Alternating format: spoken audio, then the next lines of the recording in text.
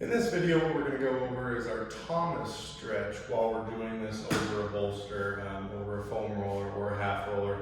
Really anything that's going to go ahead and help to bolster our pelvis up just a little bit so we can get a little bit better of a stretch into that hip flexor. So it's going to be a lot of the same setup as when we're bringing both of our knees up towards our chest. So we'll set up just like we're going to do that one, and then we'll progress into what we would call the Thomas stretch. So again, we're going to lay down, get into a bridge position, and try to get that roller underneath our pelvis, but not underneath our lower back.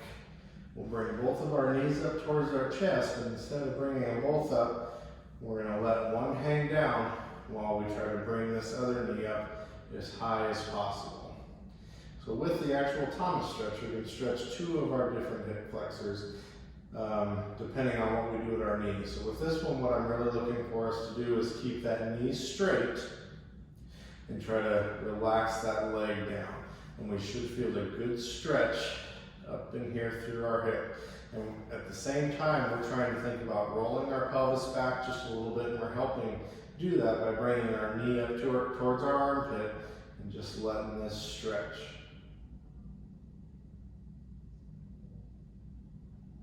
And then once we're done with that, we can bring our other knee up, let the other leg hang down, and just slowly relax, keeping that knee moderately straight. If it wants to bend just a little bit while we're down, that's okay, but the straighter we can keep it, the better.